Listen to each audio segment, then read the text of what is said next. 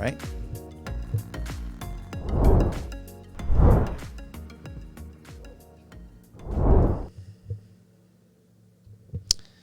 Hello. What do we have here? Let's see what's going on. How's everybody doing? My mic seems loud to me. Holy smokers. Let's see. We got Ian's here. We got Morgs. Hey, Morg, how are you? Thanks for joining us. Diablo, thanks for tuning in, as we say. Hope everyone had a great weekend. We do have an exciting day today. We got a good friend of mine in the building, Shalanda Hunt. We're going to talk a little bit about what she's up to. And I'm also going to put my glasses on so I can actually read what's going on. Hey, there's everybody. Thanks for... There's more people here than I thought. So let's just have a good conversation today about kind of how we, not only here at Rise Above, impact our community with our youth and kind of the excitement that we have around that, but also explore with Shalanda kind of her direction and kind of what she hopes to do here in our community with our school districts in Jackson County and how we're going to work with kids. But let's first let's talk about the weekend, because this guy had something amazing happen. Not just something small, but I mean, I changed the life of a creature this weekend in a pretty spectacular way, and I'm going to share it with you because let me just say, this is 2 years in the making. I didn't do this in the weekend. I didn't do this over a month or the summer. This took me 2 years. So let's go to my other screen here for a second. Let's see. So here you'll see in the picture the beginnings of my front yard and a small creature, also known as a squirrel. And you say, a squirrel? Why, Mr. Risk Fernandez, what are you doing with a squirrel? Well, I say, I'm training this squirrel. It has taken me 2 years. I'm going to play the video, and I'm going to turn sound on here. It took me 2 years to convince this squirrel to come up to me and to take a peanut from my hand. And he not only takes a peanut from my hand, I want to show you, he actually touches my hand. See if I can get it just on the right spot. He is so comfortable. He is so comfortable with me that I've actually got him to touch me. Not just take the peanut, but actually touch my hand.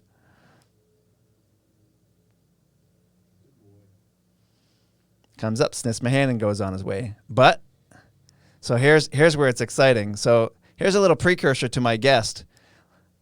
There's a Shalanda Hunt sign in my front yard. This is the young lady we're going to speak to today and talk about what's going on. So not only did I get to teach a squirrel to take a peanut from my hand, I get to then encourage a young lady who is looking to do amazing things in our community. So if everyone could, please join me in welcoming Miss Shalanda Hunt to the stream.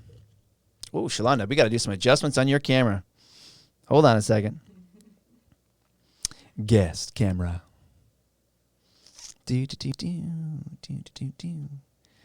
Filters. There you are.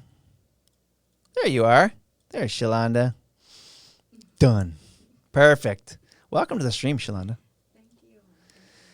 How long have you lived in Jackson? I have lived here my entire 41 Your years. entire 41 years of life. Born and raised right here in Jackson. 41 years in Jackson. That is awesome to hear. How long have you been involved with youth? Wow. A long time. A long time. So one of my first jobs was when I was working at Florence Crittenden Services. Explain that. A mother-baby program. So there were teenage mothers that were court-ordered to be placed in this residential facility, and I was one of the youth specialists that worked there and assisted with helping them parent their children, as well as offering some guidance on parenting classes, encouraging them to go to school. I did some of the daycare services while they were headed out to go to school. But yeah, that's where it started. And then I currently maintain 2 jobs. I am currently employed with the county here at the detention facility in Jackson. Been with the county for 17 years. So the county, you're talking about the youth home? The youth home. So specifically for the youth community. Yes. Yes. Yes. And which also happens to be right next door to me. Right adjacent to you. Yes. So, yes, it's right here. Two places in our community that is servicing youth.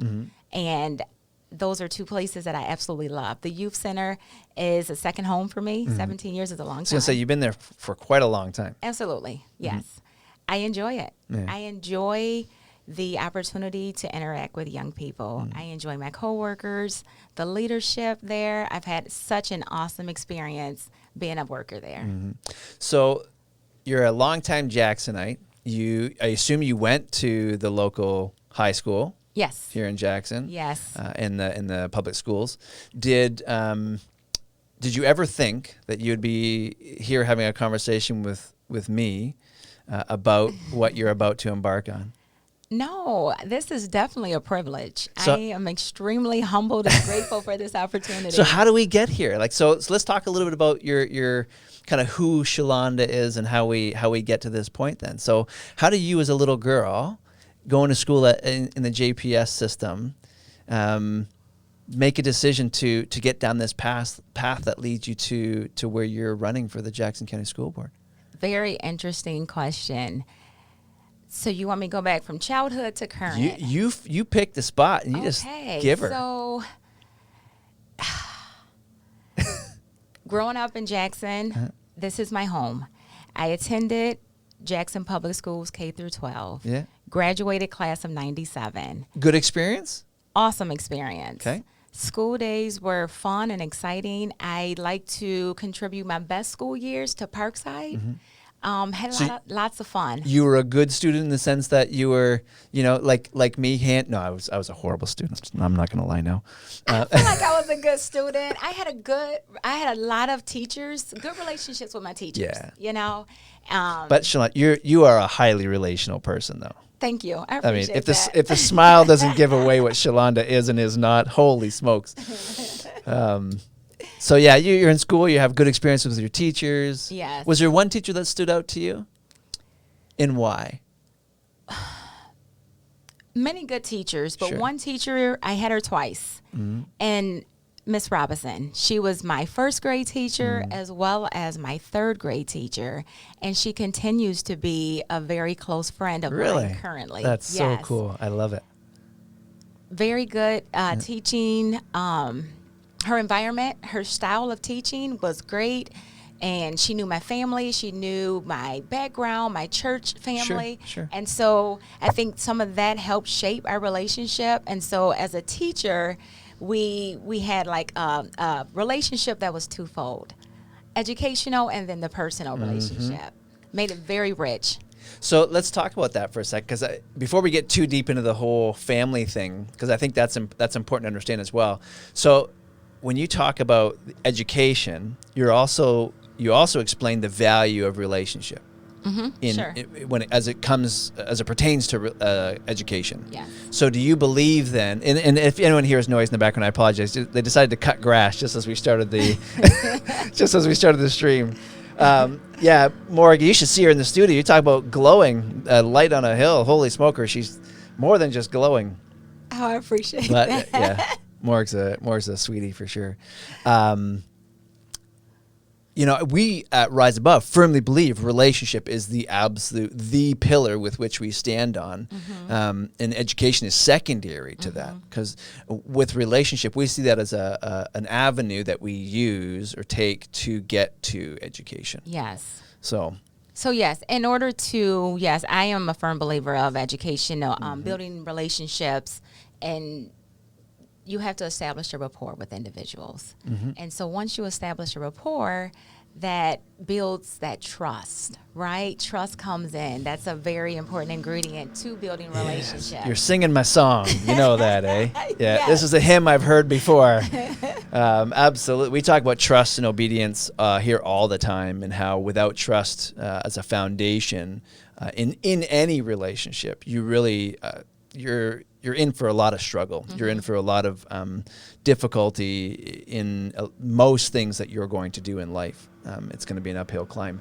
So you go to school, you have a somewhat of a positive experience. I assume great experience. A great experience, she says. Yes. And then you move on to the next phase, which gets you to youth. How do you get to the youth part?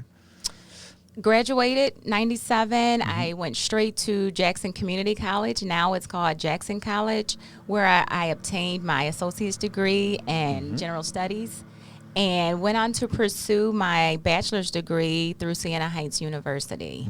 Good school. I am the first of Really? 15 siblings to receive my bachelor's degree. Congratulations. So personally, thank you. Personally, education became very important to me. Graduating high school, I recall feeling like, what is next? What needs to happen next? You know, in my household, we often talked about, you will graduate high school, you know, but college wasn't talked about. And I felt like I wanted to be important individual, right? And how do you gain that value, like that self-value? How do you find your place in the community in which you live? Getting my degree helped build character for me. It helped me have a different perspective on how I needed to behave and maneuver in this community as a citizen. So I began to want to share my learning with young people. How young people came in, it's divine, I will say. I feel that God had me placed in these positions for a reason, to impact the lives that I've been granted the opportunity to cross paths with. So from the Florence Crenton Services to the Jackson County Youth Center, it was a transition, but it was a powerful transition because I went from working with all females and their children to now a co-ed facility, detained facility. Relationally, you feel your relationship was different between those two facilities? One was more forced than the other? Or do you felt that it was more challenging to be in relationship with people? Very, very unique. The girls' home was more hands-on in the sense of it wasn't a secure facility. So there was a lot of coaching and trying to build them up because they were young mothers. At the youth center, I feel like they come to us with some layers, some poor decisions that they've made. And so now, as a worker, I've been granted the opportunity to help them process through some of those things. And how do we, capitalize on that time that we have them at our fingertips to prepare them to go back into their community, into their home, into their school, building better relationships with their family, better relationships with their teachers, but also that self-worth. Equipping them with that belonging, sense of belonging. These are the attributes that you have, and you need to own them and embrace them, and then live through them. I just had a whole conversation with a student, I want to say it was middle of last week, about this idea of he was a little frustrated with the quality of his friends. And I said, before you start judging the quality of your friends, are you judging the quality of your character first? Understand that,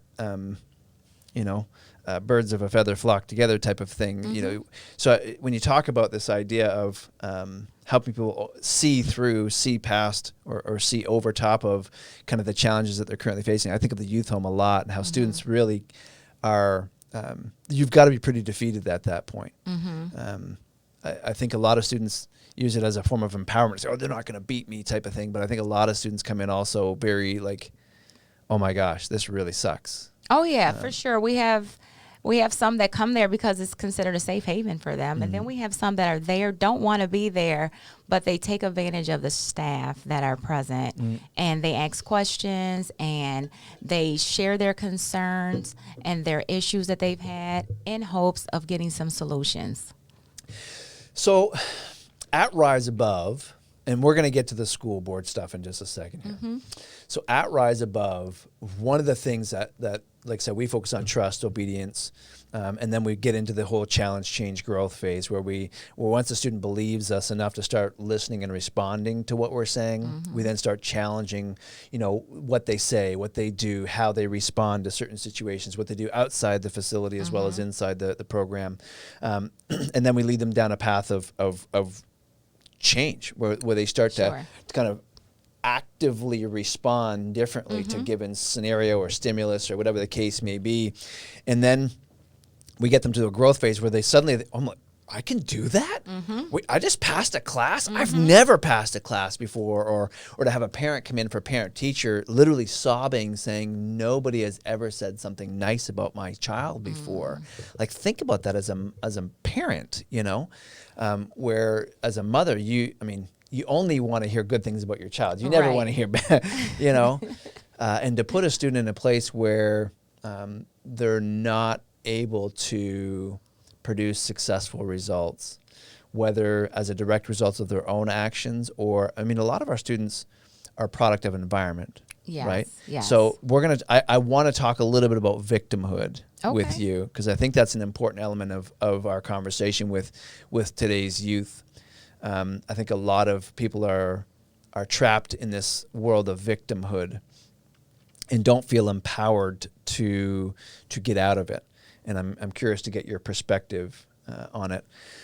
So for us to get students to a place where they feel empowered, whether it's because of something at home or a direct result of something they've done personally, we feel very strongly, to get to the word that you started with, this idea of trust. And we feel very strongly that our organization has to really focus on trust, sharing our influence, sharing our ability to impact our community with our students, so that they themselves can then start kind of reiterating that back out, putting that back out to the community, where the community can then trust them to do amazing, great things as well. And I believe that that's your passion. So I want to start with that word with you.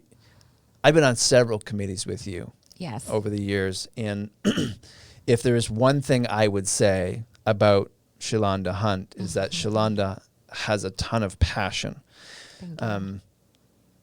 Describe your passion for me in as best as you can. This is kind of an odd question, because I guarantee you won't get asked it quite this way very often. But when I say Shalanda is passionate, what am I describing? You're describing an individual that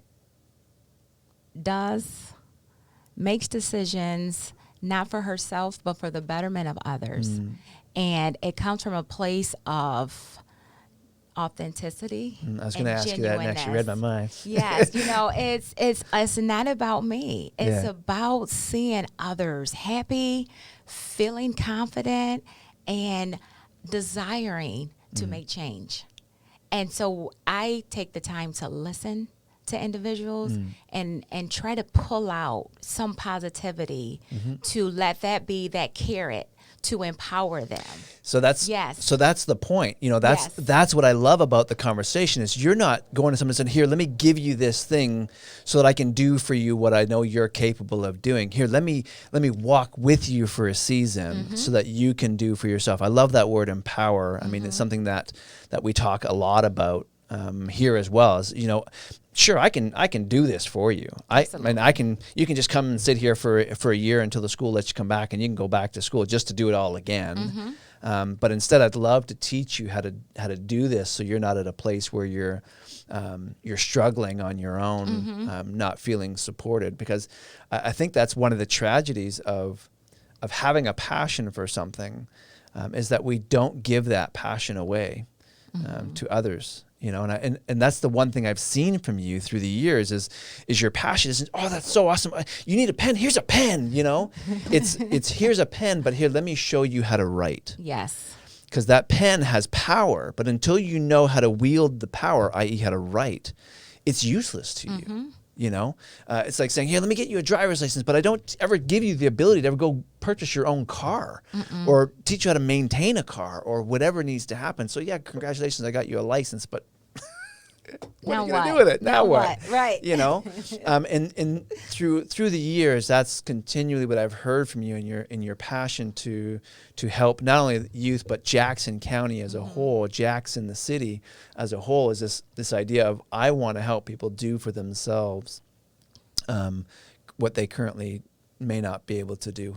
Sure. So, and it's really just, encouraging people. I found personally that I've had mentors, individuals that have offered some support to me and provided some guidance and know what it feels like, right? Mm-hmm. And so to reciprocate that to young people, to parents of those young people, it begins with also allowing them to share their story. Mm-hmm. Let me hear what your challenges are. Why is that important? Barriers? Why is that important for someone to be heard?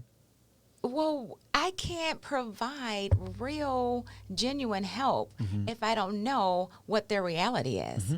I need to know what their struggle is. You mean that it isn't a one-size-fits-all? Not at all.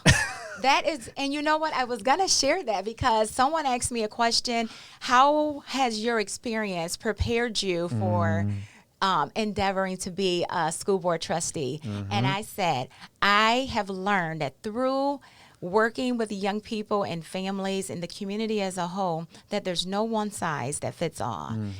Each individual, each situation is uniquely different and has a unique response, a unique solution, maybe some similarities, but it's unique. And you find that out when you sit and you allow those individuals to share their story. They're living it. But you raise a good point. And this is, I think, Nick, I'll bring you in at this point as well. So one of the things that we're going to try new this week as well is we're going to add in a third seat to the conversation. So let's bring Nick in real quick, and then I want to talk about this idea of being heard is going to be the transition here. So Nick, yeah, you're not going to be able to see yourself, but know that you're there, Nick, and the camera is actually in a good spot for you. So you may just need to bring the mic up a little bit to your face. How's that? And again, grab the frame, not the mic, so that we don't have to listen to you grabbing the mic. That's great. That's probably a good call. How's that? Are we good? So welcome to the conversation, Nick. So Thanks. So my comment to what you're saying, Shalanda, about being heard is one of the critical elements that you are phenomenal at in that conversation is the idea of, in order to hear somebody, you got to shut up long enough to hear them, and you are a phenomenal listener. Thank you. You always have been. And I mean, you can even watch, even just in the conversation here, this idea of you are intentionally listening. I mean, I've even seen you take some notes. The idea that you're not just hearing me, but you're listening to me is invaluable in this conversation. So, I mean, and people always say, oh, you're a great speaker. Yeah, I'm a great speaker, but I suck at listening. And I'm honest with myself with that reality. And I work so hard at it. And I think it has been a blessing to me to learn from you over the years, to learn how to listen well. I appreciate that. And I think that's why when I talk to people about you behind your back, wow. that that there's a reality that everyone chimes into the same spot. They all say the same thing. Oh, I love Shalanda. And why does everyone love Shalanda? Because they know that you're genuinely interested in them. And people love to be loved. I honestly think that people love to be loved. And Nick, you said you were dying to get into this conversation. I just wanted to talk about a little bit about you talk about how each response is going to be different, right? Yes. And that is something that we can do very well here in the construct of 12 to 14 kids in the building. And I'm on a school board currently, I'm on the Northwest School Board. And it's a lot different from a large organizational perspective. But the challenge, I think, is to bring what we are able to do here large scale. Yes. And Yes. how can school districts, I think we're very fortunate in Jackson County. There's a lot of good school districts in Jackson County. I agree, yeah. And how can we start to filter that out where you are seen for who you are, and that there isn't a one size one size fits all approach, not just to academics, but to punishment, to, restorative justice, to all of that. In chat, I encourage all of you to get involved. If anyone has any questions, comments, anything like that, please add to the conversation. But yeah, so that's just been part of my challenge as a leader within our district is like, I live it here, and how can I help our district live it more in a school of 3,500 students or whatever? That's too many, but you know what I mean. Oh yeah, for sure. Yeah. So I'm gonna bring something else up here real quick. I'm gonna show Shalanda's sign here real quick. I'll put it up on my screen. So one of the things that is on your sign that it talks about is this idea of passion, and then bringing in an objective, right? Perspective. So how do you have passion, want to hear people, be very, I want to help you where you're at type of thing, but still provide that objective, because at some point you've got to lend your perspective to someone's situation. So when you say you're going to bring an objective perspective, what do you mean by that? What are you saying? Just focusing on the issues, like our guest said, Nick, the greater issues, right? So being objective, not just for one individual, but for the mass, the population, and being able to be courageous and to stand up and speak openly about how I feel personally and how it aligns with the roles and the responsibilities that a trustee have the leverage and exercising. Yeah, because I think that objective nature is important.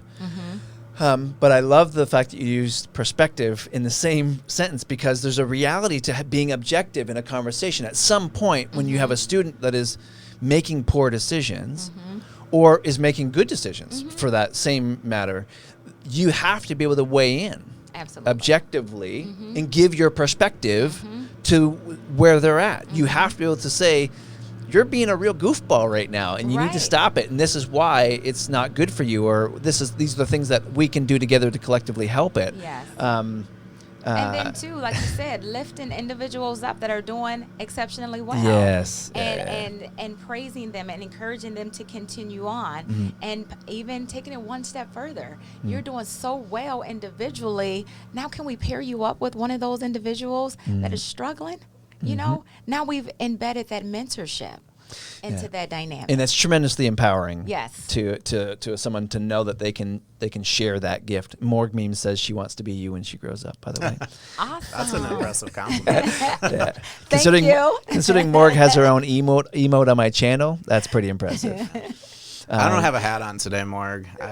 Sorry. She always comments on my hats, but I got a mullet that I'm rocking right now, so I've been wearing a hat less. That's too funny. Because I think that objectivity is it's a funny word, because I think there are some very opinionated people that think they're being objective in situations, and they miss the mark sometimes. And I think the if I was to add 2 cents to this conversation, it would be, that's not you. you because again, step back to the listening element again. You have such a depth to the conversation, because you're thinking through the entire thing about the individual that you're talking to. It's not just about, hey, let me tell you my perspective. Right. Versus that's one of my challenges, I'm not going to lie, is I tend to just want to tell you what I think. And that's why I'm a great interviewer. I'm not a great answer her half the time. Well, I mean, it's because everybody says they want to hear other people's opinions, but what they want to hear is other people giving you your opinion back. Yeah, I want to hear you validate what I think. Yeah, and that's where it's really tough as a representative leader of a group of people, whether it's you as a leader at Rise Above or you as a potential school board member, me as a school board member, is that we have to remember that we represent everybody. And from talking to Neil, I know that your heart is that as well, you know, and I'm excited excited you're running just as somebody that advocates for more choices in elections, right? Like, Yes. I get very bothered if there's 3 positions and 3 people or whatever. So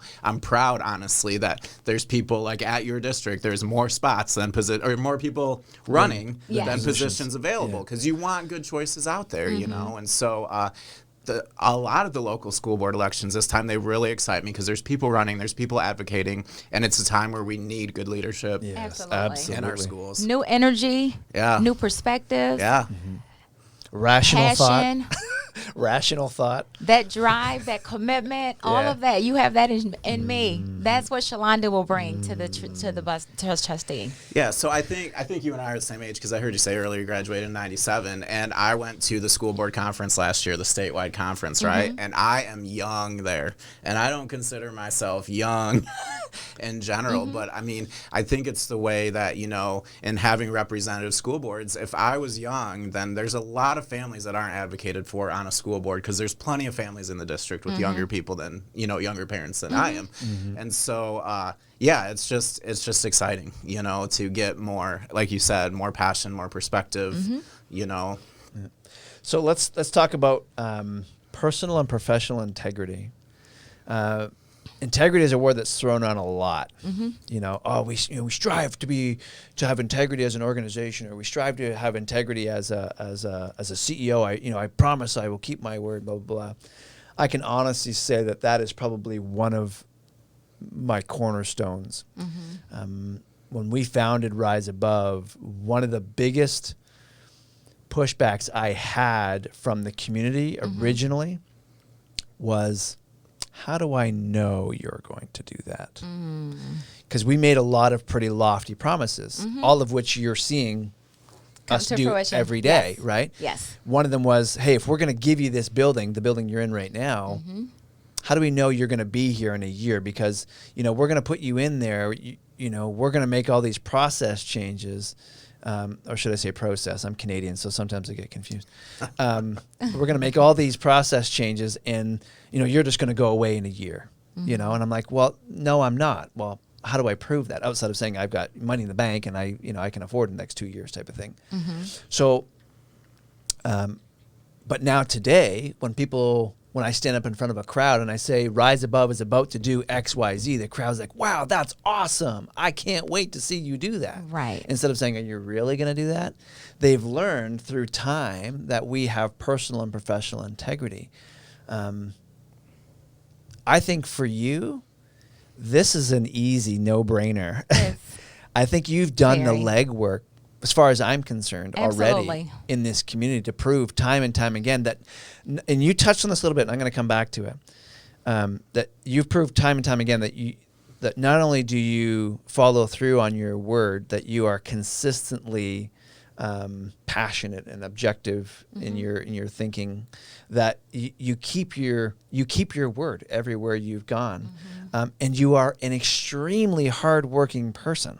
Very. It baffles me every time I say it that you essentially have 2 full-time jobs. I have 1 full-time job, 1 part-time job. They're both full-time. Don't kid yourself. I'm a full-time parent. So you have 3 full-time jobs then, Yes. because honestly, I tell you, the 2 jobs, the full-time and the part-time you have, excluding the parent one for a second, both of those are both emotionally taxing jobs. Yes. Those are full-time jobs, because you can't disconnect. When you love people, you love people. Deeply. You don't punch out at the end of the day and stop loving people. No, I don't. So you have 2 full-time jobs. Trust me. I agree. You're not going to win that one. Yeah, it's the same, and that's why I say you have 3 full-time jobs, because then you add your family into that. You have all these siblings. You have like me. You've got multiple kids. You know what I mean? You don't stop loving your family ever. Ever. You have challenging days with your family, absolutely, but you Yes. don't stop loving them. You just don't punch a clock. And I don't believe you're in a different spot than I am. We absolutely love our jobs because we're impacting people, and that's why we're passionate. People always say when we speak, "Oh, you're so passionate." You know, that's Yes. why I love listening to you when you get up and talk. I can't help but get involved. You know, because you love people deeply. So when you talk about a commitment to professional integrity and personal integrity, that's got to be something that's more than just surface level for you. Absolutely. It runs through my veins, honestly. Where does it come from for you? Do you know where, is it something you've just always had? Does it come from, like for me, it came from my grandmother. She just, if I lied, boy, I was getting them. Well, my parents, they taught us to do things well and do it well the first time. Don't cut corners. Yeah. So when I set out to complete any task, I'm giving 100%. I'm in it wholeheartedly. And that is in my work, in my relationships with my coworkers, with my friends, as an auntie, as a sister, as a mother. Yeah. Every aspect of my life, I don't believe in cutting corners. You know, there's going to be challenges, and in those challenges, normally something beautiful comes out of those challenges, and that's what I would look forward to seeing. Well, those are our growth outcome. opportunities, right? Yes, there's that's growth, where really, there's pain. Sure. And I feel like to be anything less than that wholehearted approach, I would do myself a disservice. I would do my families, my students, the teachers, you know, that I've had conversations with on behalf of my own children, on behalf of some of the foster children that I've had to advocate for. So I don't know that there's any other way to be but 100% genuine. Yeah. I agree. Absolutely agree. So you talk about this idea of integrity. So you are in a community that is large enough to get lost in, but small enough to know everyone's name, literally. Jackson is one of those funny-sized cities where everybody knows everybody. But as a stranger, you get lost in this town because it's kind of awkwardly shaped with all the funny one-way streets and rerouting and stuff that happens. You've been here, like I said, your whole life. You're committed to the community. You're not running away from anything. Jackson has had ups and downs. You talk about at some point, you have at some point talked about your idea of knowing the history of Jackson, the historic issues and current, as well as the current issues of Jackson. Can you want to talk a little bit about that and in how you think that factored into you deciding to run for the board and some of the things that you hope to tackle? Sure. Some of the issues or some of the things that I was fortunate to experience, and we'll speak about the curriculum in the school as it relates to life skills. Life skills. I had wood shop, I had sewing, cooking, and all of those opportunities help equip me to be a better individual, a better student, and then to offer that sense of belonging. You know, is this a area of expertise? Is this something that I would like to do long term, or is it just some great exposure for me as a student?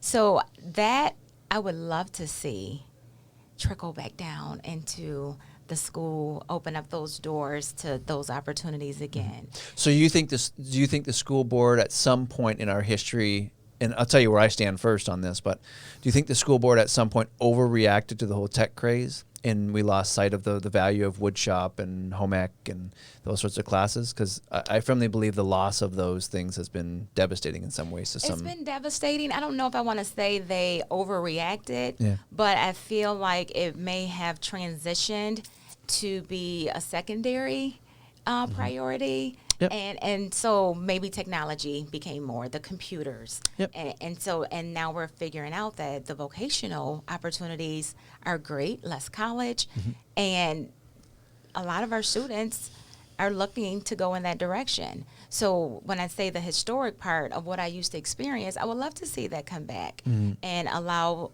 the young people that are firm and knowing right now that college is maybe not the route that they would like to take.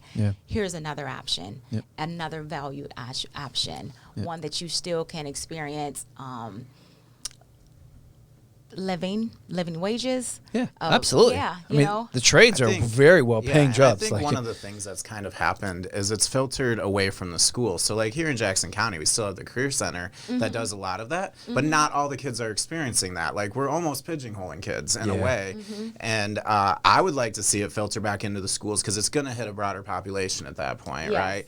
And as someone who's married to a home ec teacher, even though she doesn't like that term, she would call it family and consumer sciences. Like, that's very much family and consumer that's very much a there you go, you're good. Okay, so this mic runs here, not over here. Oh, gotcha. Well, that would have been good to know. But that's very much a district-to-district thing, and I think those things kind of go away when funding becomes a crunch. And so, like, as school board members and as teachers and stuff, we need to be partnering kind of together to advocate for the state to make sure our schools are properly funded and that, you know, we are allowed to do those things because I mean, I can speak to family and consumer sciences specifically. There's only a couple of districts in Jackson County that have it. There's only a handful of districts statewide, and when I say handful, probably 30 to 40 statewide that still have it as full-time programming. You know, so those are skills that people need, and it's not always just sewing and cooking. It's nutrition. Absolutely, and it's all those soft just basic life health. skills. Yeah, you know, absolutely. That are just so important. Parenting, you know, all of that stuff that, you know, like the kids need. They're gonna live it, you know, and we got to build that base for the like. And it's not just one type of kid. It's a it's a big majority of your high school population or your student population. So I love hearing people talk about that stuff. Yeah. So the reality is the vast majority of schools are not just going to run to put that back into their system because they've disconnected all that equipment, they've moved it out, they've put computer labs in, they've done all that stuff. So it gets to your next point on your slide is that you really want to seek a collaborative approach to your position. So let's talk about what you already do in the community. So you talk about the jobs, the full-time jobs that you've got, but you're also on several boards and committees. I am. I work with Save Our Youth. Thomas Burke, who I know Mr. Burke really well. So he works with youth, and so through some of his programming, we could collaborate. Yeah. You know, he's doing the tutoring program, a music, a robotics program. There's several programming opportunities that he's offering, and we've actually through my foster care job, I've shared some of those. We've collaborated. We've done some artwork, some canvas painting, and collaboration is getting out in the community, touching bases, making those connections with individuals that already have that knowledge, expertise, and the programs in place, and then we just work together. So what are some of the other committees that you're a part of right now? I am part of the Teen Pregnancy Prevention Initiative. I am a Human Relations Commissioner.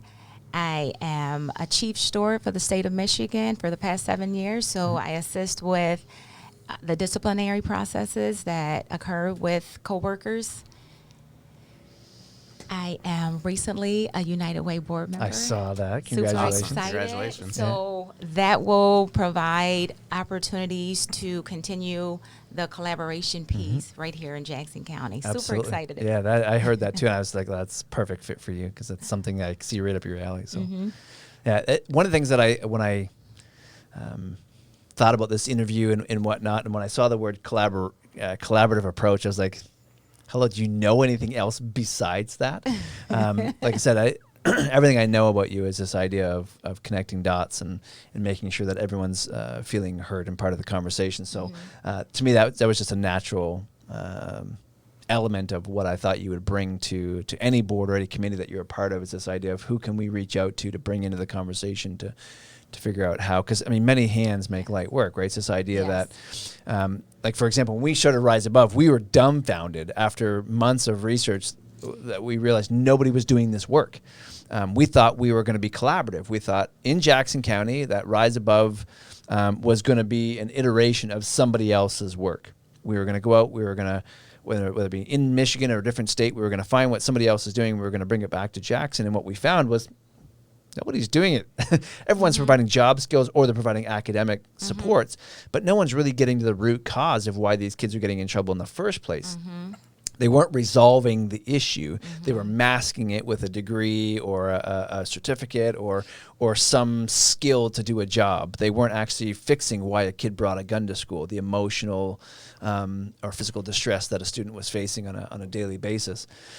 And so when we embarked and realized we were going to have to kind of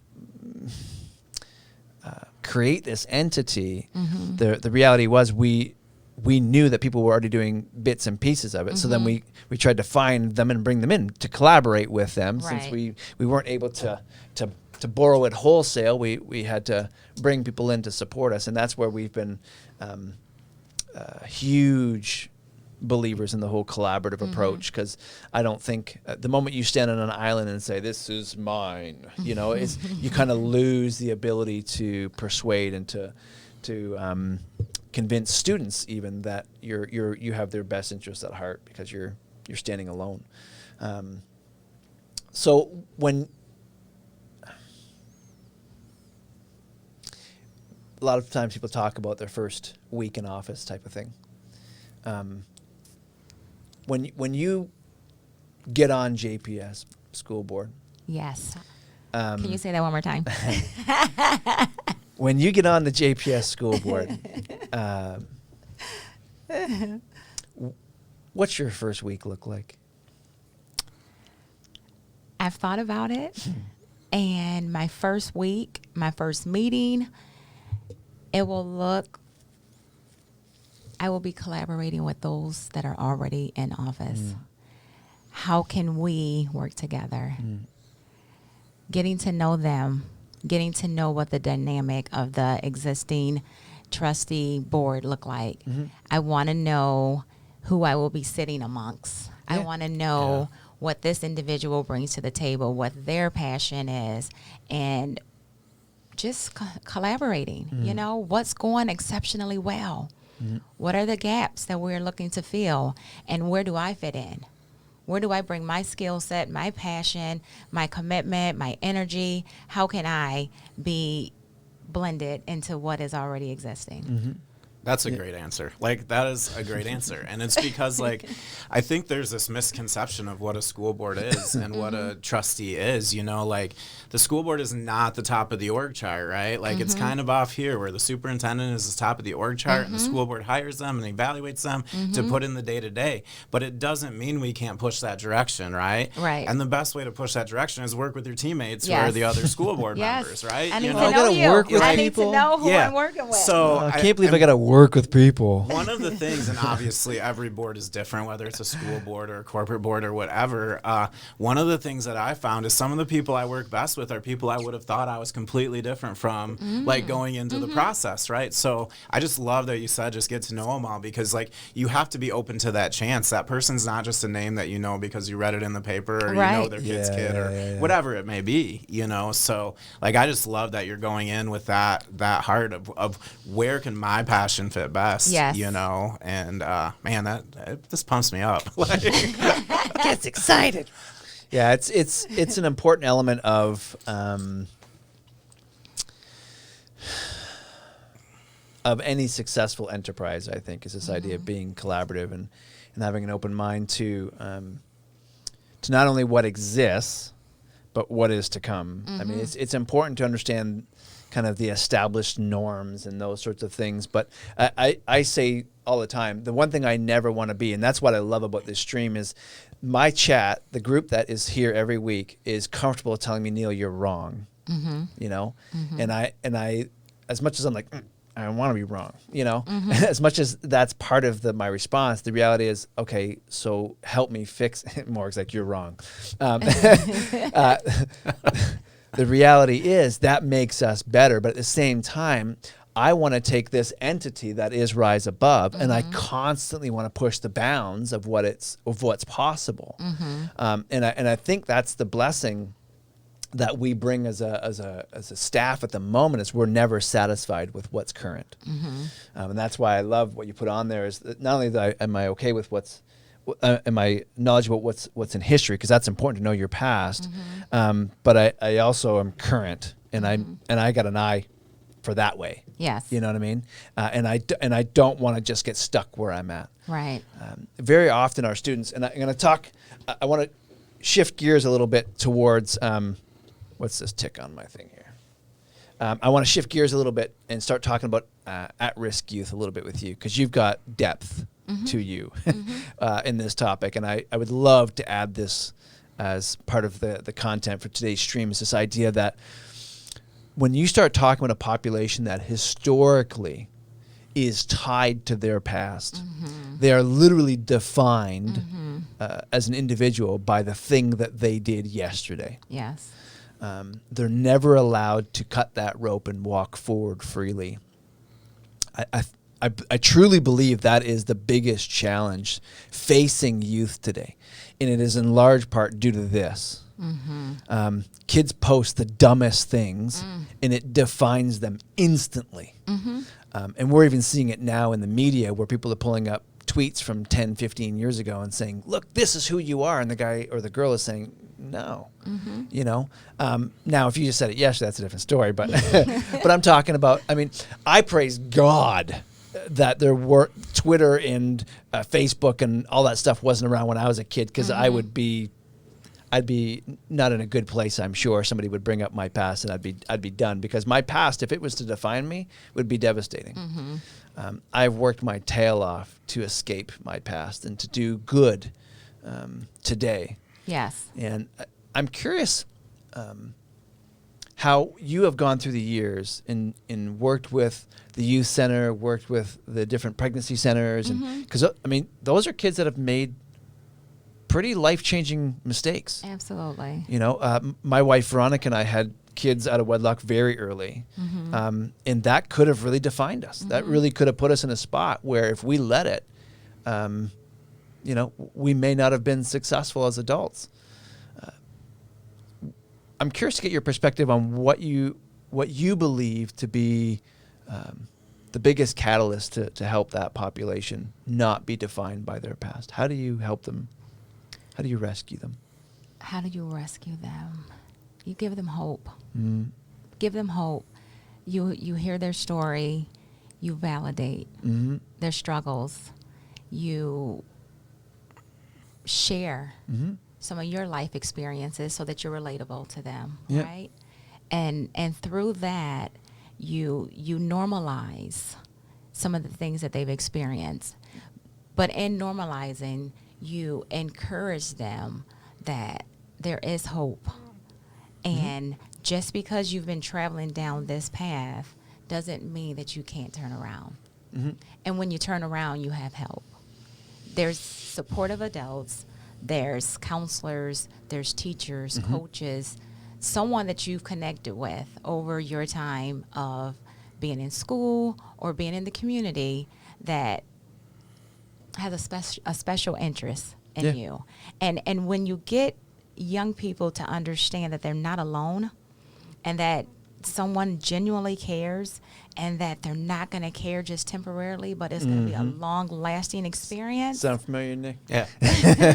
When you can get them to believe, and that light bulb turns on, or that aha moment, Miss Hunt, okay, that makes sense. That's when that's when you're reachable. That's when you can get to the root of the problem. How do you take that, and I don't know that it's not an easy answer because I don't have an answer. How do you take that beyond just people like us that work with this population? How do you get people in the general community to see the value in these kids, and that, you know, there is hope for these kids as well, you know? And that's a great question, because I tell you, I've gone to donors, because Rise Above's a nonprofit, and I've gone to donors, and I've said, I work with high school students. They go, oh, it's too bad. If you work with the little ones, I'd help you. Oh, wow. Because they think that the high school students are too far gone. No. There's too late. You can't help them. True. Amen. That's not true. Right? Yeah. No, they're reachable. In my mind's eye, honestly, more reachable because of the maturity that you have, and that they can rationalize. Whereas young kids are so deep in the weeds, and we experienced this last year. Yeah. They're so deep in the weeds that they're not mature enough to carve out that okay, I can do this, I can do that, I can't do that, But to answer your question, I have lots of experiences of this young person started here and this where they're at right now. Yeah. So when I'm able to share tangible experiences, it's believable. Yeah. It makes sense. Yep. And I'm just not grabbing for straws. This is a relationship that started out one way and now this is the outcome. And it's a desirable outcome. Yeah. It is one in which is thriving and one in which that young person is willing to speak openly and publicly about what it is that I'm sharing with you. So for me, I find it very easy to just grab a situation, out of the bag and say, this is what I've experienced. I worked with this young person. I worked with this family for X amount of time, and it was a process. Change didn't occur overnight. yeah. We took baby steps. In those baby steps, we began to stride. Yeah. We began to jump. And now we're leaping, right? Yeah. So We call them it's- micro adjustments. Yes, micro adjustments. Yeah. And it makes sense. And every situation doesn't happen that way. Yeah. And I have to be okay as an advocate that I poured in everything that I knew I was capable of doing. And if that does not produce the outcome that we are anticipating, we still can find some beauty in that situation. And sometimes that's what I have to walk away with being okay with. Yeah. Yes. Yeah, one of the things that the Rise Above name and logo, it's not just Rise Above, it's actually Rise Above with Hope and Courage, is the actual name of the organization. And the Rise Above with Hope and Courage, what that refers to is, Rise Above is obviously what we want them to do. The with Hope and Courage, we provide the hope, the student provides the courage. So what we're willing to say is, hey, we're willing to walk with you on this journey if you'll be willing to walk with us, right? Have the courage to come alongside of us as we journey with you. But that gets back to what you were saying earlier. They first have to have the courage to walk in the door. So one of the elements of Rise Above that I think is critical to our success is the fact that Rise Above is not a mandatory program. Students are not allowed to be mandated to the program. In other words, courts can't say you have to go as part of your probation, you must go to Rise Above, or schools can't say as part of your reacceptance at blah, blah, blah school, you must attend Rise Above for XYZ days. Same with parents. Parents can't say to a student, you're going to Rise Above whether you like it or not. Well, no. They try to. They try to, but we often shut that down. The goal for us is to help a student arrive at the place where they say, I want to do this. Yes. This is something that I see the benefit, whether they're fully believe it yet or not, but we want them to think that they're making the decision to come here. Because the moment you strip them of that ability, you strip them of the ability to start off with trust. Because I'm just here because mom told me, because this court said I had to be. It's stupid. I don't want to be here anyways. You know what I mean? Right. So when you are an exceptional listener, when you are collaborative, when you are all the things that we've talked about, you can't help but land people in a place where they feel like they are making a decision that they are making a decision to impact their lives. Yes. And that when you start somebody at that point, you are more likely to be successful than if I just say, Shalanda, you're going to do this whether you like it or not. And that is exactly true. I often will tell my young people, what do you think would help you in this situation? When you allow them to have some say in the change that we are both seeking, it tends to go a little smoother. And sometimes the young people, they come up with ideas that I wouldn't have even thought of. And sometimes they're harder on themselves than we as a parent or we as an adult. And I appreciate their input. And they'll say, well, if I was at home, my mom wouldn't have allowed me to have some say in it. We're not at home, right? But you have come across an individual, a staff, a Miss Hunt that genuinely cares. Absolutely. And so you deserve to have some say.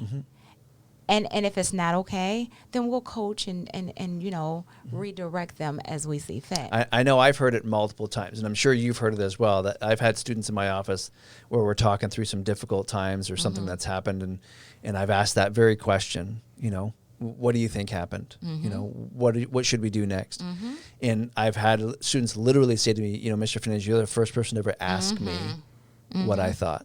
Yes. And they've just gone through a year's worth of neck wringing, so to speak, right, when it came to getting expelled and court and police activity and all this kind of stuff. And no voice. That's the big thing. Voice. Like they've been silenced. They've never been given a voice. Yeah. And I hope that that's changing. And there's actually a lot of good work in that in Jackson, as I'm sure you know. Nick. Shalanda's changing. Yeah, but the kids, they need that voice, and it's okay. Like when we come in here and we know that, like again, we want to see if they want to be here. It's okay at that point if they don't have the courage. They got to have the want, and we can help with the courage. Like they still have to do it. Yes.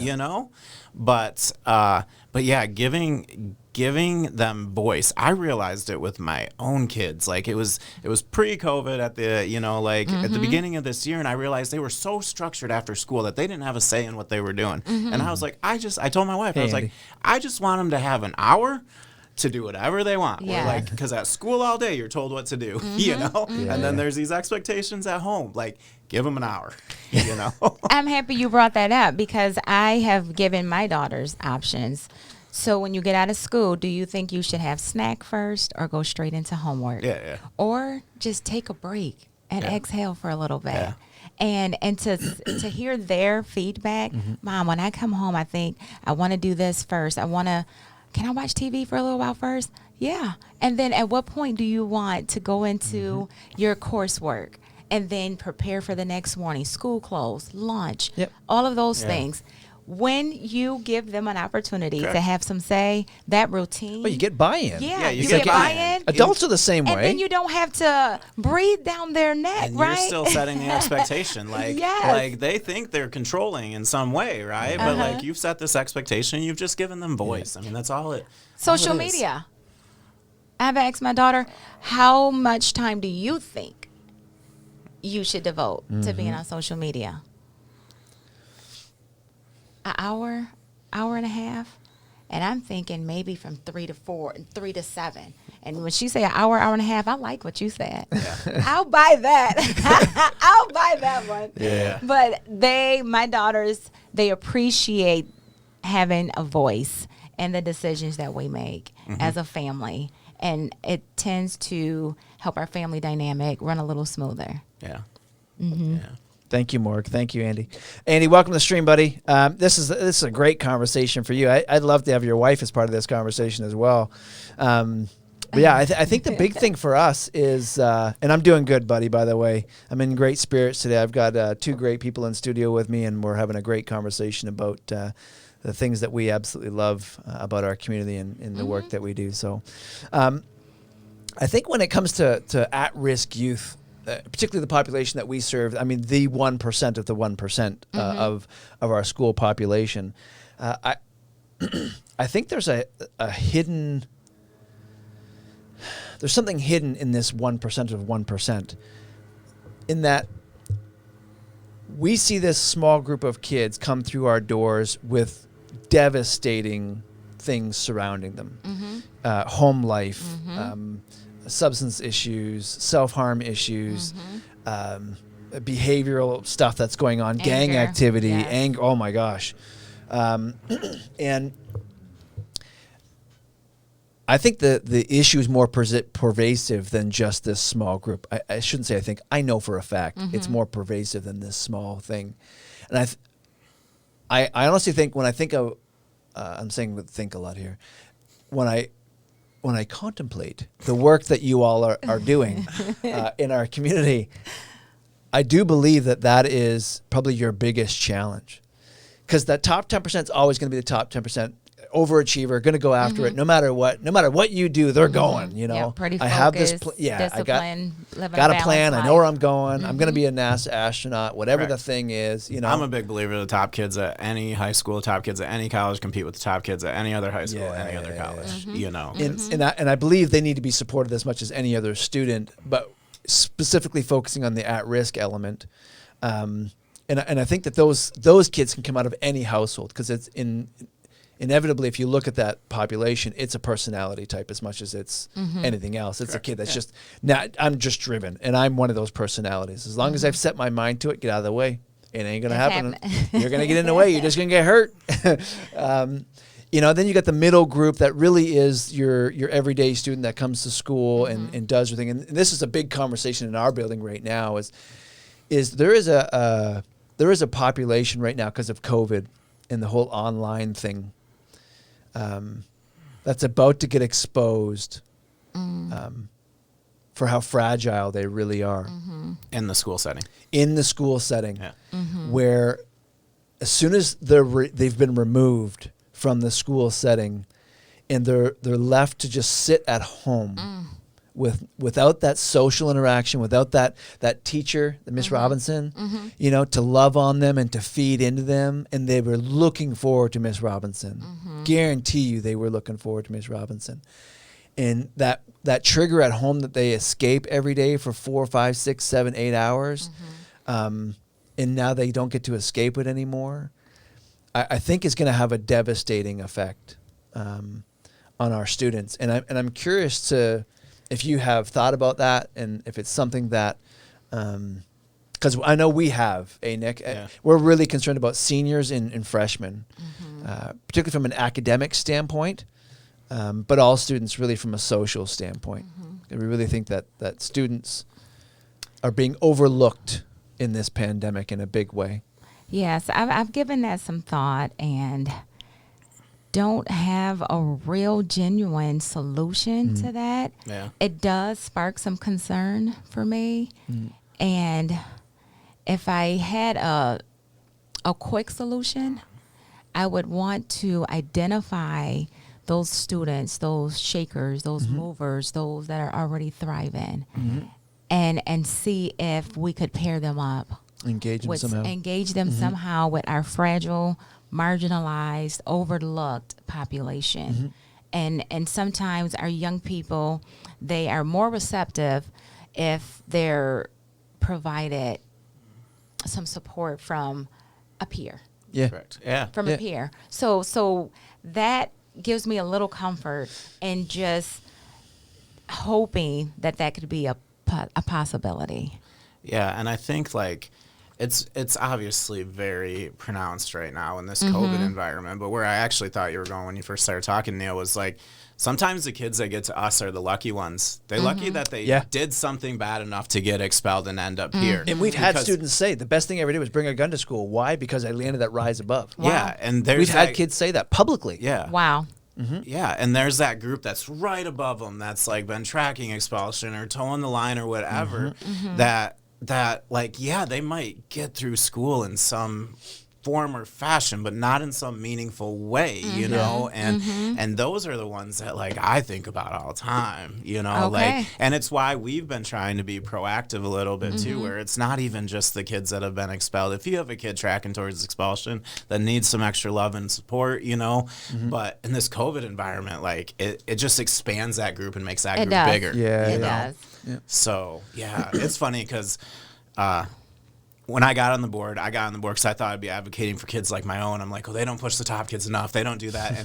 And that's so not that's not the case. Those kids are going to get by, How do we make sure this just group need to continue to support them when they ask for help. Yeah. There's this group in the middle, and how can we continue to reach them? Because the kids that reach us haven't necessarily fallen through the cracks, or they've fallen through the cracks, but they've landed well. Yeah, and to Andy's point here, I mean, yes, academics is a part of it, but really the biggest concern I have is the social aspect. Correct, because it's in these instances when students really start to I've got nothing else to do. I guess I'll just go hang out with this kid or that kid, or I guess I'll do this thing, or I'll go online and do that thing, and that's when socially students start to degrade. That whole idle hands conversation, and that's when kids start dabbling in things that you'd otherwise not want them dabbling in, and whatnot. But it's going to be it's interesting, and that's where that collaboration piece comes into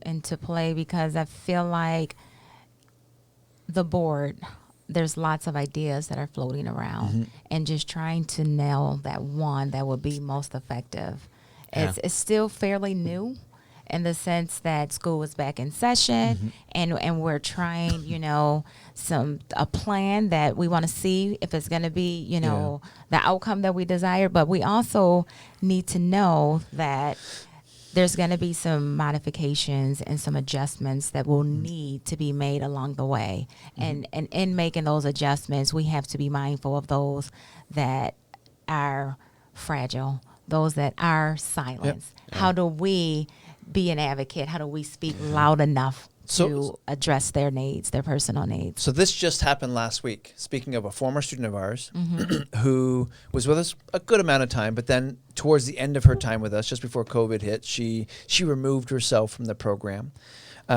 We had some very in-depth conversations with her, some very fragile type-esque conversations that in last Friday, I got a phone call from a district.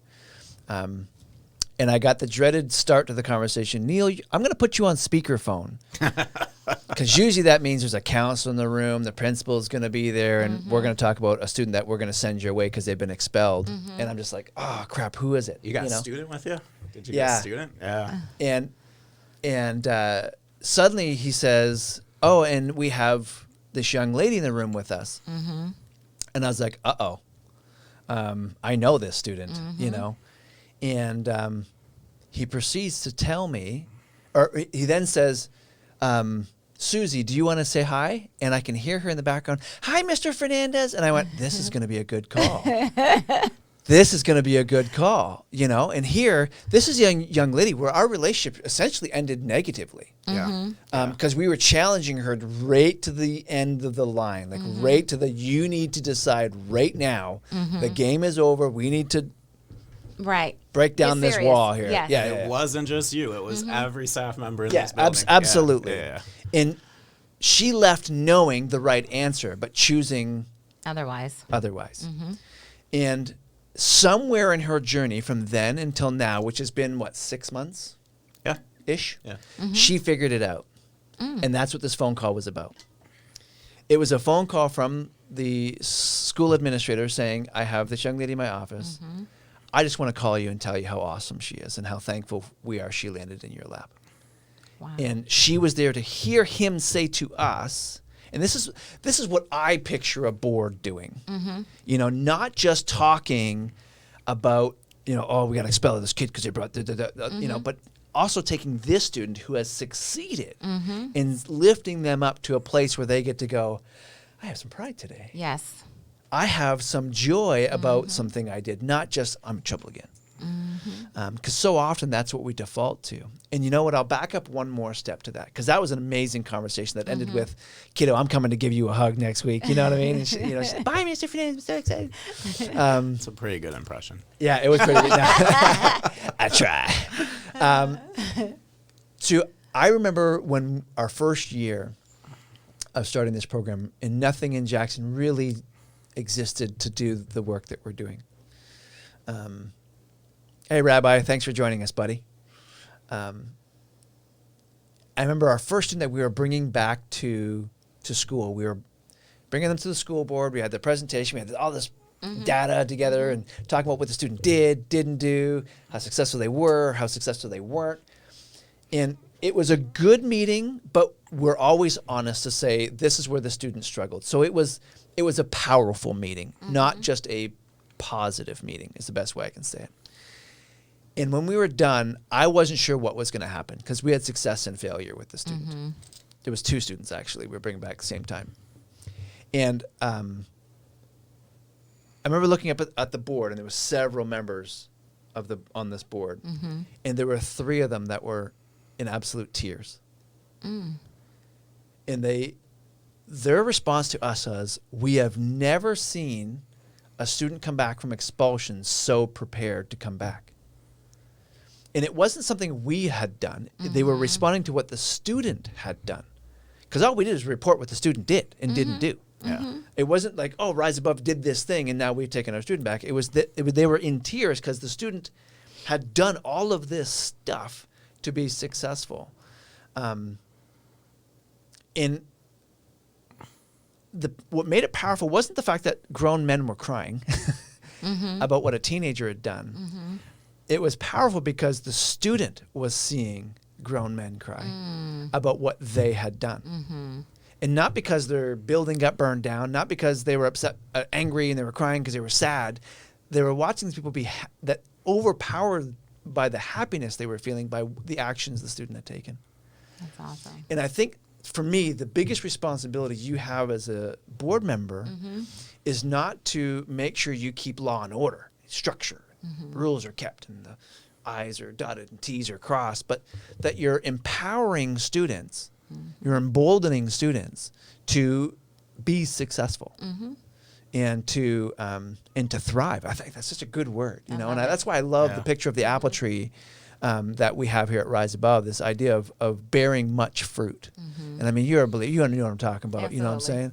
And this idea of having a student not just come in and to do something for today, but to go on and to bear much fruit and to thrive long into the future. And I had my regular morning Monday meeting just before you arrived today, and we talked about this idea of students, how sometimes, you know, if you use the spiritual analogy again for a second, that, you know, God promises to make our paths straight. He doesn't promise to make them smooth.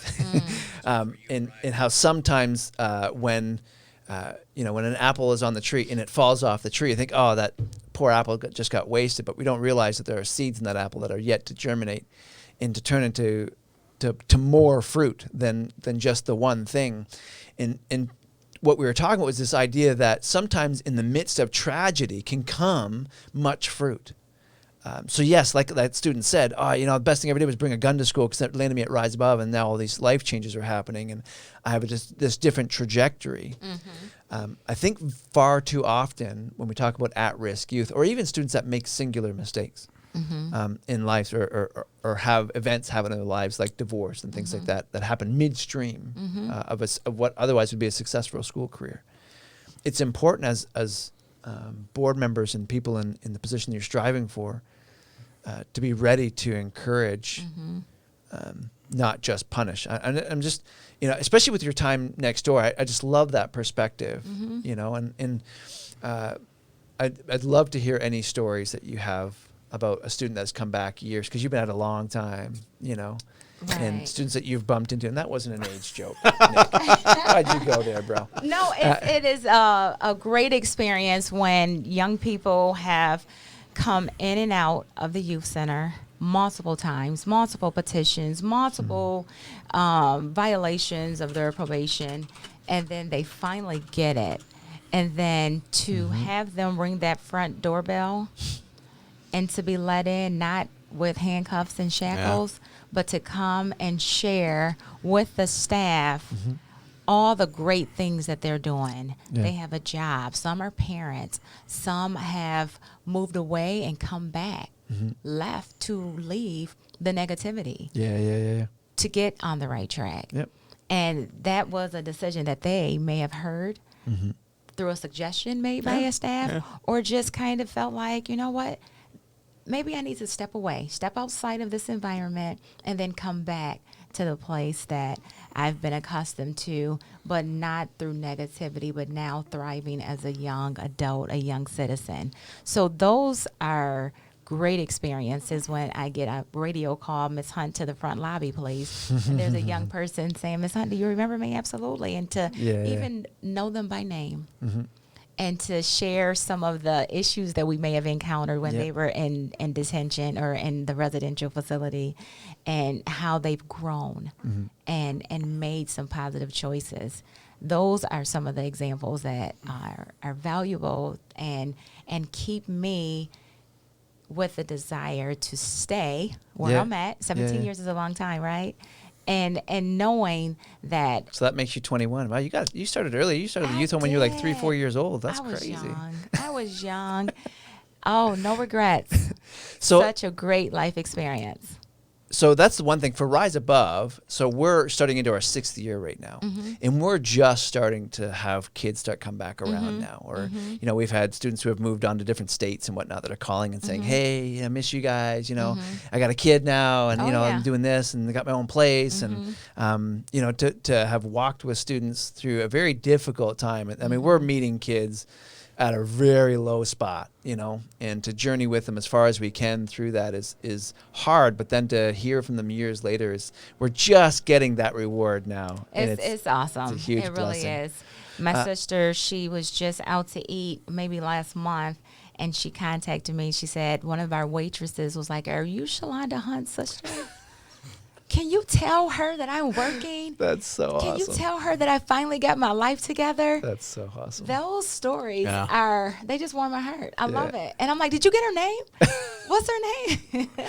That's so cool. Appreciate those opportunities absolutely. for individuals to share their life experience with a family member or someone that I work with, and just making sure that get back to me.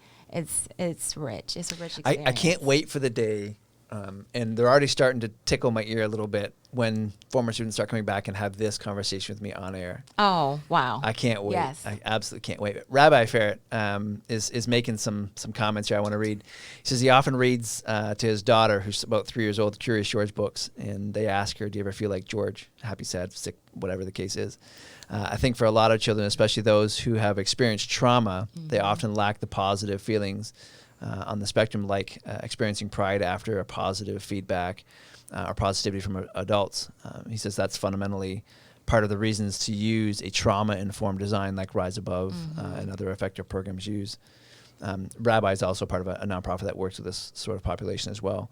I'm curious, do you know a lot about trauma-informed? I've had some training. I've had several trainings through Jackson, through Department of Health and Human Services, as well as through the Youth Center. So I do have some knowledge of being trauma informed and understanding that it's not why an individual is behaving this way, but what happened. And allowing them to share their stories so that we can better process through some of those layers of trauma. Yeah, we often hear, and we've talked about it with our staff and done courses, all the same thing on ACEs training, the adverse childhood effects, and all that kind of stuff. And it's amazingly powerful when you start diving into the effect that those events have on a life, and how even just the benefit of one good relationship, one good person like a mentor or in my case a grandmother can be on an individual to help stay focused. But I will say that for our population, one of the big things that we see is fatherlessness. Yeah. Yes.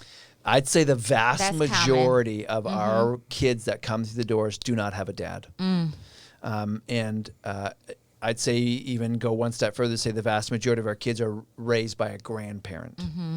I'd say 50% are in a grandparent situation.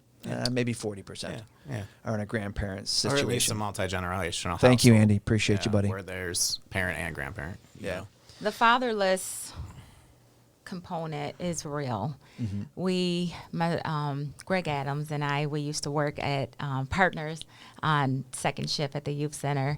We had a group of maybe 7, 8 residents at the time, and we were facilitating a therapy session, just kind of coming up with a topic and then just processing, allowing the kids to have some say in that dialogue. And the question came up, raise your hand if you have a relationship with your dad.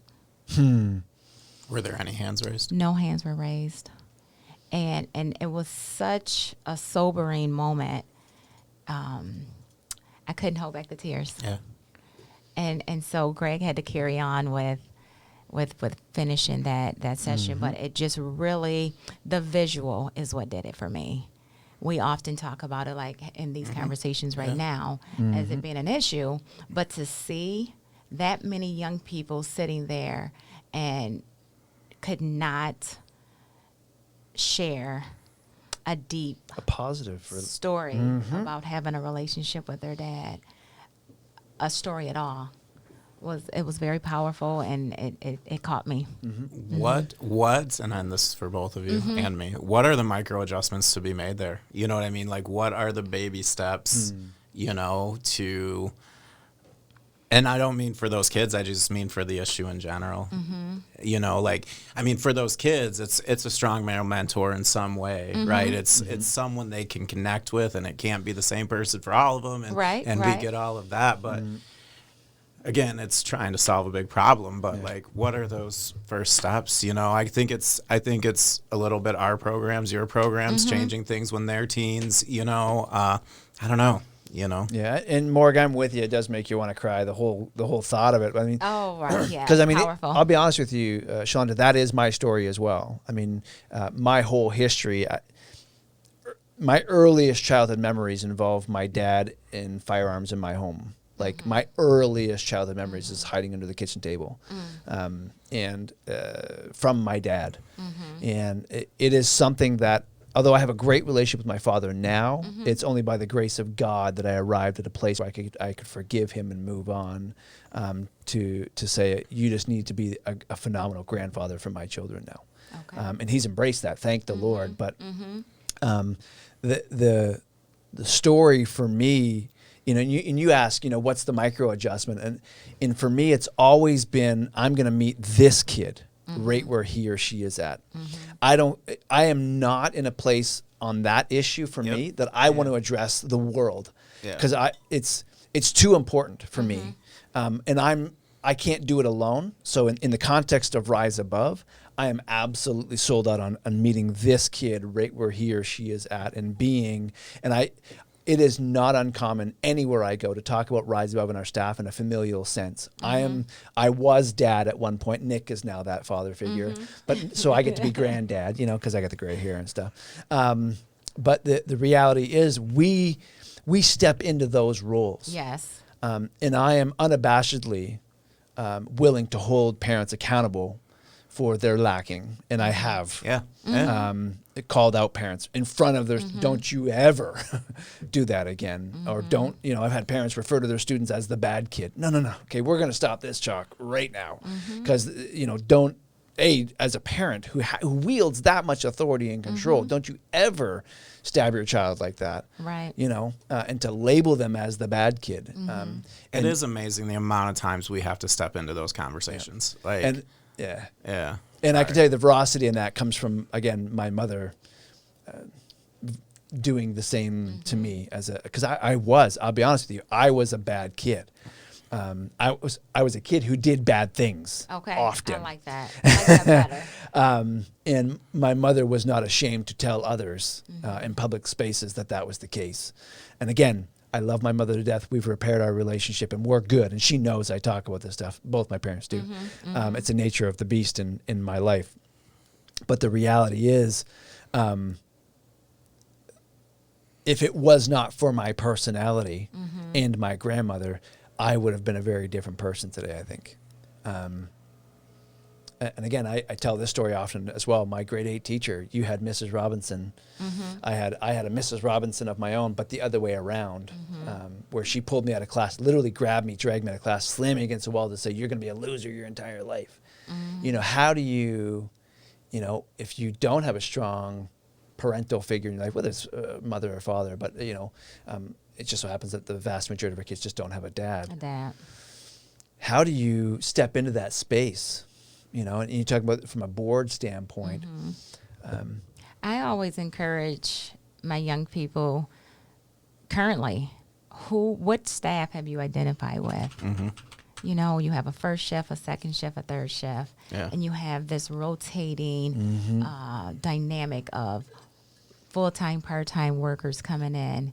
And so you get used to the way this one functions, the way this one handles situations, the way this one holds you accountable. And I often challenge them to think, if it's not Ms. Hunt, who in my absence have you identified a connection with? And then how can we build upon that? And so sometimes I am that liaison in the sense of, I had a conversation with Johnny per se, and he said he really values your relationship and he feels most comfortable sharing his intimate situations with you. Yeah. And so then now we have another adult that is going to take that special interest and be keenly aware of paying close attention to that young person, because I've shared that information with them. So I always challenge my young people, just find one person, and then build on that, open up, start. It is very hard to trust individuals, but we're not asking you to trust all of us. Yeah. And that's to identify a staff. Yeah. And that's what, welcome back, Rabbi, by the way. And that's what Rabbi's talking about. Do you have a positive relationship with staff member at blah, blah, blah. And one of the things that we do when we return students back to schools is we always encourage the school to say, look, we just spent a year building an in-depth relationship, trust-based relationship with this student. If they have a breakdown moment and they don't think they can trust you, they can trust us, call us. I wrote an email today. We have a kid going back next week. I wrote an email today to the staff saying, he's coming back. Like, don't be afraid to drop our names. Let us know. And I firmly believe that's why that school called last week to talk with that student's success, because they know she made it very clear. Yes, that. And us knowing means a lot to her. Yeah, and it doesn't matter who that person on staff is, right? Like you said, it doesn't have to be you. And we all have the kids here that they more relate to me or they more relate to Neil. Right. This young lady in particular, like she was Neil's, and that's fine, as long as they know there's one, we want them to know there's 6 or 7 or whatever, but if there's one. Yeah. That changes things. And I think that's the beautiful thing about the board is you guys have the authority, you have the power to empower the school to do that type of thing, to encourage the depth of relationship, healthy depth of relationship with students that they can come to a staff member and say, I'm struggling with, or whatever that thing might be, and know that they're going to get honest, productive feedback that's going to guide them in a way that makes them feel happy, healthy, and whole. But and one of the things I've actually seen during this more virtual environment is like there's kids willing to say things to their teachers via email or via message online that they wouldn't say face to face. There's not a ton of positives to this virtual environment, but like that's one thing. Like I had a teacher just the other day say, this kid was so quiet in my class last year and wouldn't talk to me, and I struggled to build a relationship with him. And then he sent me a long email the other day saying he was just worn out because trying to do the virtual and like that never would have been audible in a class. Like that never would have come out, but he was more comfortable and that's where you really want to meet every kid where they're at. Right. Yes, there's kids that can survive in this environment, but there's kids that need to be in school 5 days a week. Yeah, need to be in school 7 days a week. Yeah, yeah, I agree with you, Rabbi. That it is, that's one of the biggest lessons in life is that you absolutely need relationships to lean on when you're struggling. Because the reality is that even the best of us have a hard time doing this alone. Let alone a person that's going through a very tumultuous time in their life, teenage years. I mean, you're going through a lot of stuff already, becoming a person with your own identity, and they'll often tell you, Miss Hunt, you don't understand. That's the first thing. Yeah. You don't understand. And so I said, tell me a little bit more. Yeah. Tell me why why do you think I don't understand? And how can I begin to understand? Yeah. And those open up, those conversations open up the doors to sharing more regularly, more frequently, if you will. And then that trust is built, and they're making positive changes, not just temporary, but long lasting. Absolutely. Yes. And one of the things we see here a lot is, and I'm sure to some degree you have a revolving door there too, where kids come in go out. Is just their willingness to be open when they've made a bad decision. You know what I mean? Like we have kids that thrive in this building that still don't make great decisions out of this building, but then they'll come in and they'll tell you about it. And just being authentic about that, like they've grown somehow. If they can walk in and say, hey, Mr. Nick, I got to tell you what I did this weekend. Yeah, it blows my mind how brutally honest our kids are with us. Yeah. Like, it's just like, whoa, I wasn't expecting that one. Right. And then just asking them, what part of the situation do you want to take full ownership of? Yeah. you know, and put it back on them. That open-ended question, what part of this? And then they give it back to you. And then None. Now, right. Well, it's just like when kids come in, we'll say, like, in the interview, why are you here? And it's not, my mom brought me. It's like, why are you here? Why are you here? And it's the same thing, like, when a kid comes in and he's open with me about that, like, well, why are you telling me? You know, because that's what's important here, right? Exactly. You know? Exactly, and Rabbi. it is that accountability. It is that ownership. It is. And I think that ownership is big. So let's talk about ownership as we respect your time, because we're drawing near to the 2 hours, believe it or not. What is the last thing that you want to leave as an impression when you talk about how awesome you're going to be as a JPS board member? Just that I'm committed to the work. I feel that I have been blessed by God to walk in these spaces and to fulfill these roles. I have a wealth of knowledge as it relates to young people, and the patience and understanding that comes with that experience is something that our community needs. You know, I just don't want to categorize all of our young people into one bucket, if you will. There's many different individuals that run the full spectrum, and I have some skill set in probably every one of those areas, and because of that, I'm willing to embark upon this journey. It is a great responsibility, and I'm fully aware of that. But in being aware, I know that my heart is where it needs to be, and the passion that the young people have been longing for, they'll receive that from me. They will receive the love, the guidance, the patience, the understanding, the active listening, like that you spoke about earlier. Let's just sit down and let's just unpack everything that you've been dealing with, and how do we get you to a point where you can have that become laser focused. Let's set some goals, some realistic and obtainable goals, because we want you to be successful. We want you to achieve academic success. If these are some of your barriers, how do we eliminate these barriers? And that's what I want to leave, is that I'm here and I'm ready to serve in a way that is not surface, but is deep, because I know that these young people and these families have some issues that haven't been, addressed. And I don't have all the solutions, but I have the patience and the desire to work with families so that they can feel proud to be a JPS student, proud to be in the Jackson County district, and then proud to know that they're on the right track. And I think you said two words that were very exciting to me, the idea of depth and patience, right? I think to create long-lasting, sustainable change, you have to have a mindset of depth and patience. Be willing to dive into the places that nobody else is willing to dive to, and have the patience to wait there until true change comes about. I think that's the real resiliency that we strive for in our program, and indeed, I'm excited for in what you're trying to achieve with your position. Future position on the JPS board. So, when's the voting? When's all this stuff take place? November 3rd. A vote for Hunt is a vote for you. I am asking for everyone to support me. I am the perfect candidate to take on this responsibility. And Morg says you're a shining star, such a kind soul. And that is exactly why I've been saying for the past 2 weeks on this stream, or a week and a bit, that I was so excited for today in this conversation. This is awesome. Because I absolutely believe everything that Morg just said, and I'm confident that that you will be successful. I don't have a voting right in this county, unfortunately, because I'm a Canadian citizen. But at the end of the day, I'm confident that this community sees what I see in you as an individual and somebody who supports. Morg says, I'm not in Michigan, but I'm a supporter.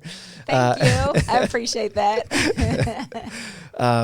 We may see Morg on a future stream. She's really excited to get on and talk about her experience and stuff as well. But I really want to say thank you, Shalanda. I appreciate this opportunity. I think this has been long overdue for me, but I think as there are many right timings for things, this was absolutely the right time for you to come on and to finally have a conversation on shame. And I leave the door open to you, whether it be on November 5th to come back and to say thank you to the community for supporting you and voting you on, and to have a conversation then about our passions as a whole, as opposed to this election thing that's going to happen in your position, but also just to have a more broader conversation about how we feel we can collaborate, continue to collaborate and to work towards real sustained change in our community. Yes. Because I think the world is pulling me specifically in a direction of advocacy,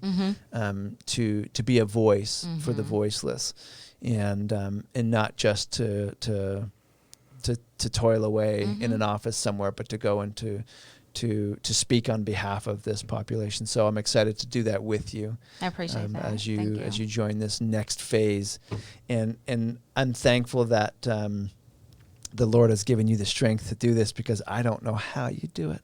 You know, you are such. He carries me. He has faithfully. Yeah. I used to pray, you know, God, I just need you to walk with me, just hold my hand. And then as I began to take on more responsibilities, because I felt that was what was necessary, I began to ask God through prayer, I need you to carry me. I need you to carry me, because I want to be obedient to the work that you are asking of me. Yeah. And so I feel that, you know, I've not wanted to embark upon the school board prior to this. And so I feel that this is my season. This is my season, and I am expecting greatness to come out of this. Amen. I know that I am blessed by God, and that if and when I fill this role, that I will continue to do his work. Awesome. That's Yes. awesome. Yeah, thank you very much, Shalanda. I appreciate you so coming much on board. And again, if you live in Jackson County and you get a chance to go vote for Shalanda on November 3rd, November 3rd, vote get for out there, Hunt. get out there and do it. Perfect candidate. Bless you all. Thank you for joining us today for the stream. Shalanda, thank you again. Thank you For coming on board. Nick, thanks for joining us as part of it as well. And hopefully we'll see you in a couple of weeks. Yes. Bye for now. sure. Thank you.